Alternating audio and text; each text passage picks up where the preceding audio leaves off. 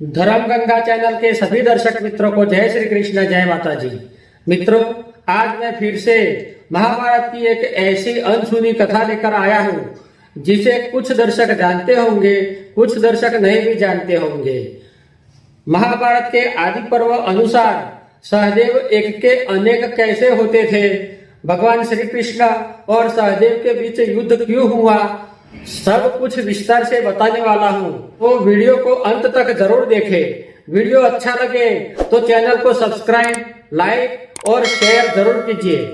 ऋषि वेद व्यास के कहानुसार पांडव अपने पिता को मोक्ष गति मिले इसलिए राजसूय यज्ञ करने जा रहे थे। इस यज्ञ की संपूर्ण जानकारी और विधि के लिए भगवान श्री कृष्ण की आवश्यकता थी। धर्मराज युधिष्ठिर ने सहदेव को श्री कृष्ण को लेने के लिए द्वारका जाने को कहा। सहदेव ने सोचा कि अब सूर्यास्त होने वाला है और आज इस दिशा में माता जोगणी का घर है। अगर मैं जाऊंगा तो मुझे कुछ विघ्न आ सकते हैं या कुछ फायदा भी हो सकता है। फिर भी जो होगा वो देखा जाएगा, ऐसा सोचकर वो द्वारका जाने के लिए निकल पड़े। अब मध्य रात्रि हो चुकी थी। उनका सारथी घोड़ों को झड़प से हाँक रहा था। जाते जाते रास्ते में एक बड़ा मैदान आया। उस मैदान में माता 64 जोगणी देवी अपने सर के बाल खुला करके खेल रही थी। सहदेव को देखते ही जोगणी माता बोले कि आज यह हमारा खेलने का समय है, तुम इधर क्यों आया? वापस चला जा, वरना हम तुम्हारा भक्ष कर जाएंगे। सहदेव ने कहा कि मैं आज अति महत्व का काम करने के लिए जा रहा हूँ, मुझे जाने दो। लेकिन जोगणी माता माने नहीं और अपना रौद्र रूप लेकर सब देवियों ने सहदेव पर हमला कर दिया। वो बाला, बर्छी, तलवार जैसे आयुध सहदेव पर फेंकने लगे। सहदेव ने मंत्र पढ़कर अपने आसपास हवा का वज्रकोट बना लिया। फिर वो भी धनुष बाण लेकर जोगणी देवी के सामने युद्ध करने लगे। माताएं बहुत क्रोधित थी। उन्होंने सहदेव के सारथी और घोड़ों को मार डाले, फिर रथ भी तोड़ दिया। अब सहदेव पैदल चलते हो गए। देवियों बहुत रूठी हुई थी। उन्होंने सहदेव ने बनाया हवा का वज्रकोट भी तोड़ दिया। सहदेव ने सोचा कि आज ये मुझे मारकर रहेंगे। फिर भी वो अगणित बाण छोड़ते रहे। उसमें से एक बाण एक जोगणी देवी के हाथ पर लगा और हाथ में से रक्त निकलने लगा। जैसे वो लहू की बूंदे जमीन पर पड़ी कि तुरंत 64 जोगनी में से अनेक जोगनियों पैदा होने लगी और सहदेव को मारने लगी। सहदेव आते हुए आयुध को अपने बाण से रोककर उनको नष्ट कर देते थे। फिर भी वो अकेले थे और सामने अनेक जोगनियों देवी थी। अब वो थक चुके थे। उन्होंने अग्नि का मंत्र पढ़कर एक बाण छोड़ा। उस बाण के अनेक बाण हुए और सब जोगनियों के कपड़े जलने लगे। उस कारण जोगनियों के सब वस्त्र जलकर राख हो गए और वो वस्त्रहीन हो गई।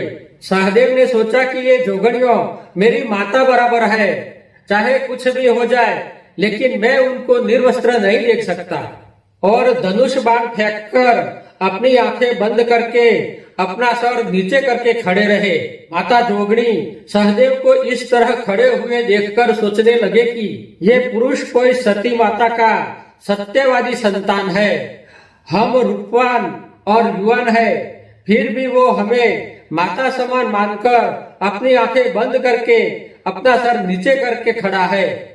अब तो वो भी हमारा बेटा हुआ और हम अपने बेटे को कैसे मार सकते हैं? सब देवी सहदेव के पास पहुंचकर बोली कि बेटा, तुझे धन्य है, तू एक सत्यवादी पुरुष है। तूने हमें माता तुल्य माना तो हमने भी तुझे अपना बेटा मान लिया है। हम तुम पर खुश है बेटा। तुम्हें जो चाहिए वो वरदान हमारे पास मांग लो। सहदेव ने कहा कि माता, पहले आप अपने वस्त्र धारण कर लो, बाद में मैं अपनी आंखें खोलूंगा। देवियों ने अपनी मंत्र शक्ति से वस्त्र और अलंकार धारण कर लिए और बोले कि बेटा, हमने वस्त्र और अलंकार धारण कर लिए हैं। अब आंखें खोलो और आपको जो चाहिए वो वरदान हमसे मांग लो। सहदेव ने सर ऊंचा करके अपनी आंखें खोली और बोले कि माता, हमारे घर राजसूय यज्ञ है, इसलिए मैं श्री कृष्ण को लेने के लिए द्वारका जा रहा था, लेकिन आपने तो मेरा सारथी और घोड़े मार डाले, फिर रथ भी तोड़ दिया। अब मैं द्वारका कैसे जा पाऊंगा? वरदान देना है तो मेरा रथ, मेरा घोड़ा और सारथी मुझे वापस दे दो। माता ने सहदेव का सारथी और घोड़ा जिंदा कर दिए, फिर रथ भी तैयार कर दिया और सहदेव को दे दिया और बोले कि बेटा, वो तो तुम्हारा था और हमने दिया, आपका वरदान तो बाकी रहा। हम खुश है बेटा, एक अच्छा सा वरदान मांग लो। सहदेव ने सोचकर कहा कि माता, जब मुझे जरूरत पड़े तब मैं भी आपकी तरह एक का अनेक बन सकूं, मेरे जैसे लाखों सहदेव बन जाए, ऐसा वरदान दो। देवियों ने तथास्तु कहकर सहदेव को वरदान दे दिया और सहदेव को द्वारका जाने के लिए प्यार से रवाना किया। सहदेव के सारथी ने रथ दौड़ाया और सूर्योदय होने से पहले द्वारका पहुंच गए। उन्होंने नगर के द्वार पर खड़ा एक यादव सेवक को कहा कि तुम श्री कृष्ण को जाके बोलो कि इंद्रप्रस्थ से सहदेव आए हुए हैं, वो आपसे मिलना चाहते हैं। द्वारपाल श्री कृष्ण के महल पहुंचा तो बलराम और श्री कृष्ण किसी बात पर चर्चा कर रहे थे। प्रभु, सेवक ने श्री कृष्ण को कहा कि प्रभु, इंद्रप्रस्थ से सहदेव आए हुए हैं और नगर के द्वार पर खड़े हैं, उन्हें लेने जाने का है। बलराम ने कहा कि ये सहदेव सुबह सुबह में क्यों आया है? कन्हैया, उनको बोल दे कि स्वागत करने और लेने के लिए कोई नहीं आएगा, तुम खुद आ जाओ। श्री कृष्ण ने बड़े भाई का मान रखते हुए सेवक को कह दिया कि सहदेव को जाके बोलो कि आए हो तो तुम खुद इधर आ जाओ, तुम्हारा स्वागत करने और लेने के लिए कोई नहीं आएगा। सेवक सहदेव के पास पहुंचकर सहदेव को बोला कि बलराम और प्रभु कहते हैं कि तुम्हें लेने और स्वागत करने के लिए कोई नहीं आएगा, आए हो तो खुद आ जाओ। सेवक की बात सुनकर सहदेव ने कहा कि तुम श्री कृष्ण को बोलो कि सहदेव युद्ध करने आए हैं, अगर युद्ध नहीं करना है तो तुम्हारे राजपाट लिख कर दे दो। सेवक ने ये संदेशा श्री कृष्ण और बलराम को कहा। बलराम को बड़ा गुस्सा आया और श्री कृष्ण को कहने लगे कि कन्हैया, ये पांडव आजकल कुछ ज्यादा चमकने लगे हैं। पहले अर्जुन योगी का वेश लेकर आया और हमारी बहन सुभद्रा को भगा कर ले गया, और अब ये सहदेव हमारा राजपाट लूटने आया है, उनको सबक सिखाना पड़ेगा। श्री कृष्ण ने फिर से अपने बड़े भाई का मान रखते हुए कहा कि हाँ हाँ, बराबर है भैया, मैं तुम्हारे साथ हूँ। और बलराम श्री कृष्ण सैन्य लेकर युद्ध करने के लिए निकल पड़े। सहदेव युद्ध के निशान बजते हुए सुनकर सोचने लगे कि मैंने तो ये सब मजाक करने के लिए कहा था, लेकिन वो तो सचमुच युद्ध करने के लिए आ रहे हैं। सैन्य नगर द्वार आ पहुंचा और बलराम के आदेश से सब यादव योद्धा सहदेव पर टूट पड़े। सहदेव अकेले थे, वो करे तो क्या करे, सहदेव को बहुत मार पड़ी। फिर उनको माता जोगणी देवी का वरदान याद आया। उन्होंने माता जोगणी देवी का स्मरण किया कि तुरंत एक सहदेव में से अनेक सहदेव होने लगे। एक एक यादव को 2-2 सहदेव, बलराम को 12 और श्री कृष्ण को 20 सहदेव भिड़ गए।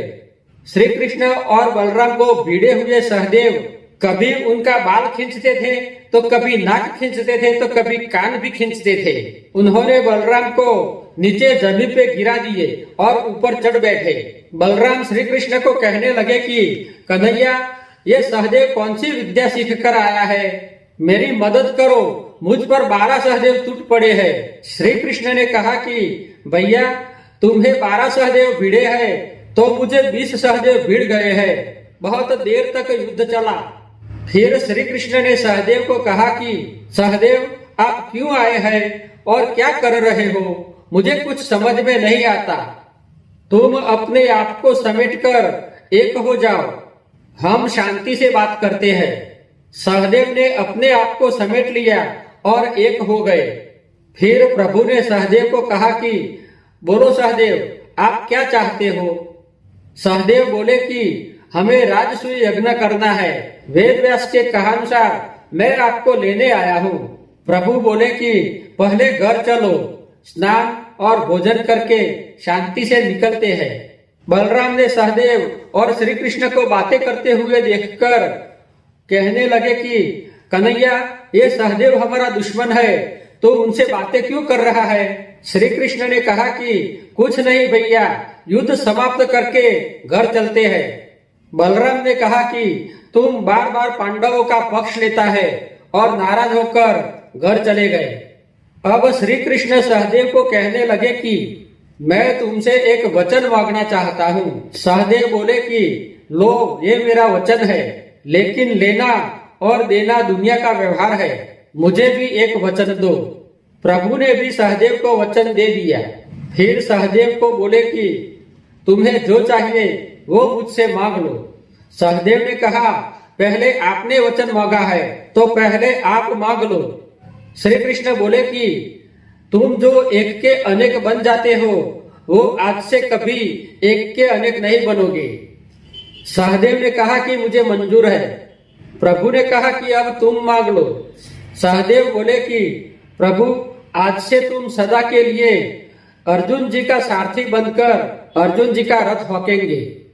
प्रभु ने कहा कि वाह सहदेव, क्या बुद्धि दौड़ाई है, आपने तो जीवन भर के लिए मुझे दास बना दिया। सहदेव बोले कि अगर आप वचन तोड़ोगे तो मैं भी मेरा वचन तोड़ दूंगा, और अगर आपको मंजूर नहीं है तो एक दूसरे को दिए हुए वचन वापस ले लेते हैं। श्री कृष्ण ने कहा कि नहीं नहीं, मुझे सब मंजूर है, और बातें करते करते अपने महल की ओर चले। उस दिन से भगवान श्री कृष्ण अर्जुन जी के सारथी बन गए। अब आगे क्या होता है वो आने वाले वीडियो में देखेंगे। तब तक के लिए सभी दर्शक मित्रों को जय श्री कृष्ण, जय माता जी, हर हर बोले।